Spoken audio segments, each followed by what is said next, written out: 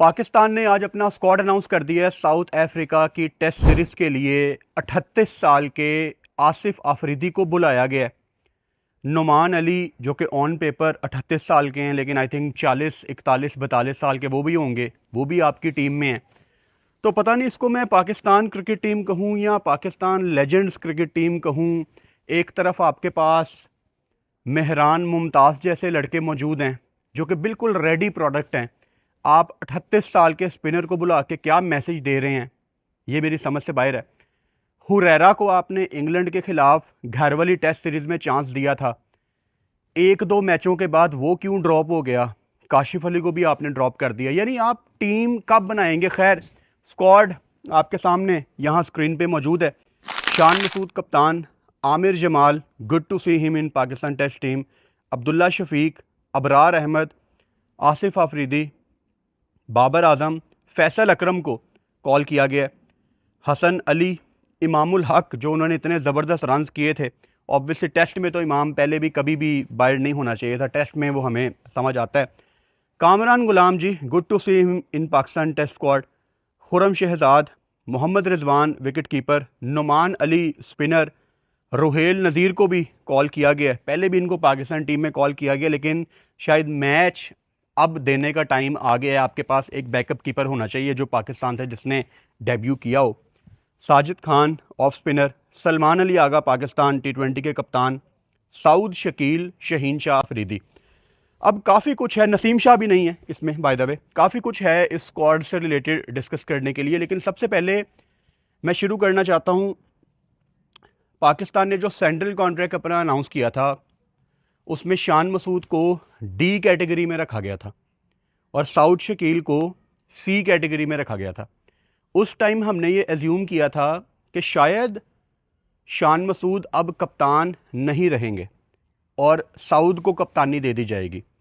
अगर तो आप WTC का फाइनल खेलना चाहते हो पाकिस्तान और आपने अपना कप्तान डी कैटेगरी में रखा हुआ है, तो कोई ये पत्थर पे लकीर नहीं हो गई जो मिट नहीं सकती। Pakistan cricket board needs to realise कि आपका जो कप्तान है वो सबसे लोएस्ट कैटेगरी में नहीं हो सकता। ये मैसेज क्या देता है? आपका कप्तान सबसे हाईएस्ट कैटेगरी में होना चाहिए। टेस्ट के कप्तान की बात कर रहा हूँ। If you are serious about test cricket, Shan Masood को इस टाइम आपकी हाईएस्ट कैटेगरी बी है, उनको आप बी में डालो। शान मसूद की जगह कोई भी कप्तान होता, मैं सेम बात करता। आपके कप्तान को ये राइट होना चाहिए कि वो सबसे प्रीमियम कैटेगरी में बैठा हो। वो चीज़ पाकिस्तान के कप्तान के साथ सूट करती है। इस टीम में नसीम शाह भी नहीं है, जो कि मेरा ख्याल है बिल्कुल फेयर बात है। हुरैरा नहीं है, काशिफ अली नहीं है। नसीम शाह के ऊपर भी मैं पहले बात करना चाह रहा हूँ। नसीम शाह खुद ही अपनी इस हालत का ज़िम्मेदार है, मतलब अपनी जवानी की पीक पे, जहाँ शायद अभी उनको पाकिस्तान का ऑल 3 फॉर्मेट्स का सबसे अच्छा बॉलर होना चाहिए। फिटनेस के मसले, पेस के मसले, मुझे हैरानगी होती है कि पाकिस्तान ने एशिया कप खेल लिया, नसीम शाह नहीं था, नहीं होने चाहिए थे। लेकिन नसीम शाह को अब सीरियस होना पड़ेगा अपनी क्रिकेट के बारे में, क्योंकि अगर इस एज में you are getting drop again and again from one format to another, bro कोई प्रॉब्लम है। और नसीम शाह से ज़्यादा पाकिस्तान का नुकसान है। मुझे नसीम शाह का डेब्यू याद आता है जो उन्होंने ऑस्ट्रेलिया में किया था। ही वॉज़ बॉलिंग 148 और हमने वेस्ट इंडीज़ में नसीम शाह को देखा। एट टाइम्स वो लेटर ऑन गेम में उन्होंने ठीक भी बॉलिंग की, लेकिन जो चीज़ शायद हम देखना चाह रहे थे नसीम शाह से वो हमें नहीं मिली। तो नसीम शाह का ड्रॉप होना नसीम का कम नुकसान है और शायद पाकिस्तान का ज़्यादा नुकसान है, और इसमें कसूरवार नसीम खुद है।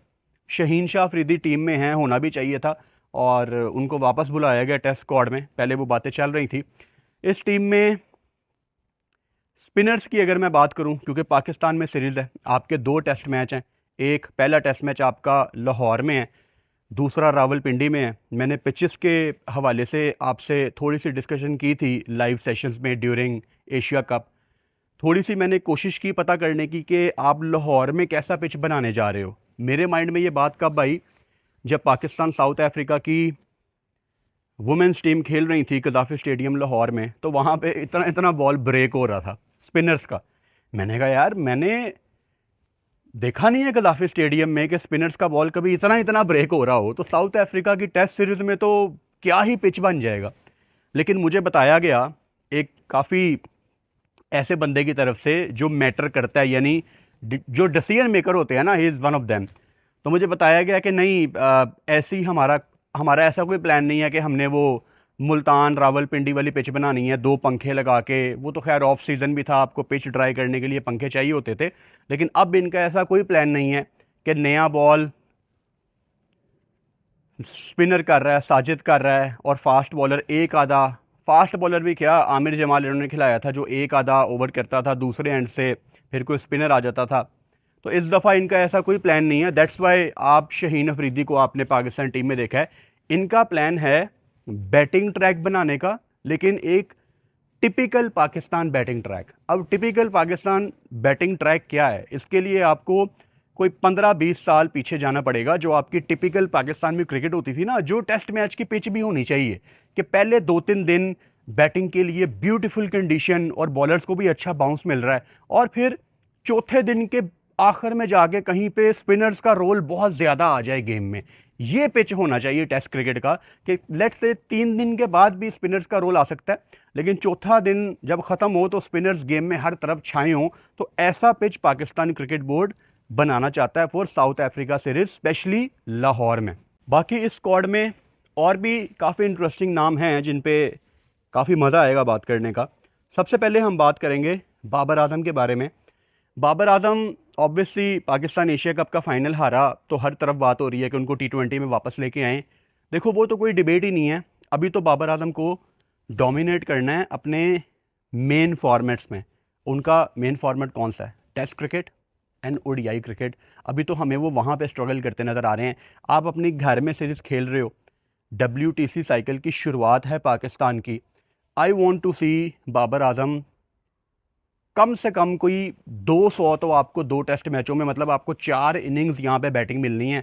कोई बारिश नहीं आ रही, 5 के 5 दिन टेस्ट मैच होना है, अगर टेस्ट मैच चले गए 4 इनिंग्स बाबर आजम को मिलनी है। 4 इनिंग्स में 200 बाबर आजम इस कैलिबर का बल्लेबाज होना चाहिए कि घर वाली सीरीज़ में वो कम से कम 200 लगाए, ताकि वो कॉन्फिडेंस वो अपना शिफ्ट कर पाएँ इन ODI क्रिकेट। वो बड़ा इंपॉर्टेंट है।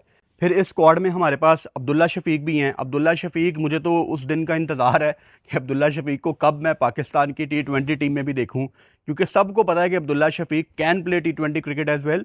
बट अब्दुल्ला ने जितना स्ट्रगल किया है वाइट बॉल में अभी तक वनडे में, मुझे डर है कि वो फेलियर्स हमें टेस्ट में ना दिखना शुरू हो जाएं, बिकॉज आपने थोड़ा बहुत अभी तक इन्वेस्ट भी कर चुके हो अब्दुल्ला शफीक के ऊपर। हम कब तक ये कहते रहेंगे यार फ़लाँ प्लेयर अच्छा है, फ़लाँ प्लेयर अच्छा है? ये प्लेयर जो इतना खेल चुके हैं, अब इनकी भी रिस्पॉन्सिबिलिटी है कि ये कम से कम अपनी होम सीरीज़ में तो डोमिनेट करना शुरू करें ना। तो अब्दुल्ला शफीक से मुझे बड़ी उम्मीदें हैं। पाकिस्तान की बैटिंग में इमामुल हक, जो कि आपको पता है कितने रन्स ये पीछे करके आ रहे हैं। इंग्लैंड में यहाँ पे वनडे कप खेल रहे थे, पाकिस्तान में डोमेस्टिक में आके भी 300 किया। तो इमामुल हक तो टेस्ट में मुझे हमेशा से समझ आता है, he is a proper test cricketer. तो मुझे कोई डाउट नहीं है उनकी सिलेक्शन के ऊपर। कामरान गुलाम को गेम मिलनी चाहिए। मुझे नहीं पता कि आपने कामरान गुलाम को कैसे फिक्स करना है अपनी प्लेइंग 11 में। पीछे से वो प्रॉपर रन्स करके आ रहा है। मैं तो कामरान गुलाम को वनडे में भी देखना चाहता हूं। उसको इन्होंने वनडे से भी ड्रॉप किया हुआ है, सेंट्रल कॉन्ट्रैक्ट भी नहीं दिया हुआ। समझ से बाहर है। एक तरफ आप अपनी आंखों के तारे लाहौर कलंदर्स के प्लेयर को 3 मैचेस खेलने के बाद सेंट्रल कॉन्ट्रैक्ट भी दे देते हैं। दूसरी तरफ कामरान गुलाम जैसा प्लेयर जो डोमेस्टिक का मंजा हुआ प्लेयर है, वो आता है बाबर की जगह टीम में, वनडे में भी शो करता है, टेस्ट में भी शो करता है। आप उसको चांस ही नहीं दे रहे उस तरह खुल के। एक फॉर्मेट में ड्रॉप कर दिया, कॉन्फिडेंस गिर जाता है। तो ज़्यादतियाँ नहीं करनी चाहिए इतनी ज़्यादा। पाकिस्तान के स्पिनर्स का इस सीरीज़ में बहुत बड़ा रोल होना है। और I have nothing against Asif Afridi. 38 साल उम्र है आसिफ अफरीदी की, 38। कितनी क्रिकेट बाकी है उनकी। शुक्र है फैसल अकरम भी स्क्वाड में डाला हुआ है, लेकिन आसिफ अफरीदी से बेहतर आपके पास चॉइस है। यार आपने अगर मेहरान मुमताज़ जैसे लड़कों को ऑस्ट्रेलिया टूर पे नहीं भेजना, जैसे पाकिस्तान टीम ऑस्ट्रेलिया गई लास्ट टाइम टेस्ट सीरीज़ खेलने, इन्होंने नुमान अली को भेज दिया, वो बाद में खेल नहीं सके, उनका अपेंडिक्स का ऑपरेट हुआ था। आप बाइड नहीं भेज रहे, आप घर की सीरीज़ में मेहरान जैसे लड़कों को नहीं खिला रहे, तो मेरे मतलब आप फिर शायद सीरियस नहीं है, आप शायद अपनी टीम बनाना नहीं चाहते। ऐसी सिलेक्शन देख के तो भाई साहब मुझे ऐसा ही लगता है। Good to see Hasan Ali in Pakistan test squad. Shaheen Shah Afridi नया बॉल प्रॉब्ली करेंगे, हसन अली भी आपका नया बॉल कर सकते हैं। Saud Shakeel obviously proper test cricketer, कोई डाउट नहीं है। अच्छा, पाकिस्तान ने कहीं भी अपने स्क्वाड में वाइस कैप्टन मेंशन नहीं किया, तो पता नहीं आप मतलब कभी किसी को वाइस कप्तान बना देते हैं, फिर जब आप टीम अनाउंस करते हैं कोई वाइस कप्तान उसमें मेंशन नहीं होता। ये बड़ी अजीब चीज़ है। इसमें खुरम शहजाद भी नया बॉल कर लेते हैं। तो देखो, फास्ट बॉलर्स को स्क्वाड में रखने का मतलब वही है जो मैंने आपको बताया। जिस तरह के पिचेस पाकिस्तान क्रिकेट बोर्ड बनाने जा रहा है, आपको अच्छा बाउंस इसमें मिलेगा। कैप्टन शान मसूद के लिए भी काफ़ी क्रूशल है ये सीरीज़, क्योंकि हम सबको पता है कि कहीं ना कहीं शान मसूद कन्वर्ट नहीं कर पाए अपनी उस इंटेंट वाली सोच को रन्स में। और पाकिस्तान में, even I was talking about Salman Ali Agha as well, कि पाकिस्तान में as a captain if you are not scoring runs, आप पे प्रेशर आएगा, क्रिकेट बोर्ड आप पे प्रेशर बनाएगा, लोग आप पे प्रेशर बनाएंगे, और फिर आप कप्तानी खुल के नहीं कर पाओगे। ये घर वाली कंडीशंस हैं। इनमें अगर ये 4 इनिंग्स में आपके बैटर्स 2-2 नहीं लगाते, डोमिनेट नहीं करते, तो भाई साहब फिर आप कहाँ जाके डोमिनेट करेंगे। तो शान मसूद के लिए भी बहुत इंपॉर्टेंट है ये सीरीज़। रिजवान आपके विकेट कीपर हैं, जो कि मतलब ऑब्वियसली प्लेइंग 11 में, अभी तो हम यही कहेंगे ना कि रिजवान ही प्लेइंग 11 में है, लेकिन बड़ा अरसा हो गया पाकिस्तान टेस्ट में किसी यंग कीपर को नहीं ट्राई कर रहा। रुहेल नज़ीर यार 2021 में भी पाकिस्तान टीम के साथ इंग्लैंड गया था और बस प्रैक्टिस करके वापस आ गया था, और हम अभी 2025 हमारा आधा गुजर चुका है, अभी भी ऐसा ही लग रहा है कि उसको गेम नहीं मिलेगी। तो घर की एक सीरीज में शायद आप रुहेल नज़ीर को खिला सकते हो यार, 2 टेस्ट मैचेस की सीरीज है। आई डोंट नो पाकिस्तान का कॉम्बिनेशन क्या होगा। अगर आपने 2 कीपर, तो खैर ये कभी नहीं खिलाएंगे, कीपिंग आप रुहेल से करवा लो, रिजवान फील्डिंग कर ले, लेकिन फिर क्या इतना जिगर गुर्दा रिजवान में है या पाकिस्तान क्रिकेट बोर्ड में कि रिजवान से बात करके उसको रेस्ट करवाई जाए, या सेलेक्ट ही नहीं किया जाता कि यार रुहेल को हमने ट्राई करना है। तो घर वाली सीरीज में आप कर सकते थे ट्राई, बट अगेन बैकग्राउंड में बड़ी चीज़ें चल रही होती हैं। रिजवान पहले T20 से ड्रॉप है। आइडली तो मैं यही चाहता हूँ कि रिजवान के ऊपर इस चीज़ का प्रेशर ना आए कि यार ये कहीं मुझे वनडे से ना बाहर कर दें, क्योंकि वनडे में Babar, Rizwan, Fakhar Zaman, they are your backbone for ODI world cup. तो पता नहीं, आइडली मैं चाहता हूं कि रुहेल नज़ीर इस सीरीज़ में विकेट कीपिंग करे दोनों टेस्ट मैचों में, लेकिन पता नहीं रिजवान से इन्होंने कितनी बात की है। अबरार अहमद भी स्पिनर हैं, नुमान अली भी स्पिनर हैं, फैसल अकरम भी स्पिनर हैं। एंड बाय द वे, ये 18 रुकनी स्क्वाड है, 18 बंदों का स्क्वाड है, और पहले मैच से पहले इनको कम कर दिया जाएगा। शायद 15 का स्क्वाड बन जाए, शायद 13 का स्क्वाड बन जाए। और ये चीज़ मुझे पाकिस्तान क्रिकेट बोर्ड की कभी भी ठीक नहीं लगी कि आप खुद ही ना अपनी टेंशनें बढ़ाते हो। आप बहुत ज़्यादा लड़कों का स्क्वाड अनाउंस कर देते हो, जिससे यू गेट कन्फ्यूज। आपको क्लियर होना चाहिए कि यार हमने होम सीरीज़ है ना, you are not going to Australia जहां फ़ॉरन से दूसरा बंदा ट्रैवल करके जा नहीं सकता। 15 बंदों का स्क्वाड अनाउंस करो ज़्यादा से ज़्यादा घर की क्रिकेट में, ताकि आपको पता हो यार कि हमने 15 में से 11 की टीम कैसे निकालनी है। 18 बंदों का स्क्वाड है, फैंस को भी कंफ्यूज करते हो, कप्तान को भी कंफ्यूज करते हो, खुद भी कंफ्यूज होते हो। सो मुश्किलात पाकिस्तान क्रिकेट बोर्ड अपने लिए खुद बढ़ाता है। काफ़ी इंपॉर्टेंट सीरीज़ है पाकिस्तान के लिए, even though Pakistan cricket board की प्रायोरिटी नहीं है WTC का फाइनल खेलना, क्योंकि जिम्बाब्वे आपसे ज़्यादा टेस्ट मैच खेल रहा है, and they are not even part of WTC।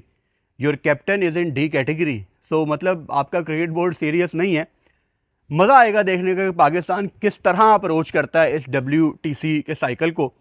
And videos का स्केजुअल, किस टाइम वीडियोस आएंगी आपको पता है। पाकिस्तान का अब 10 दिन कोई मैच नहीं है, 7:30 बजे तो आपको पता है हमारा टाइम फिक्स है। लेकिन एक और वीडियो हमारी लाइनअप है, वो आएगी कल सुबह 11 बजे।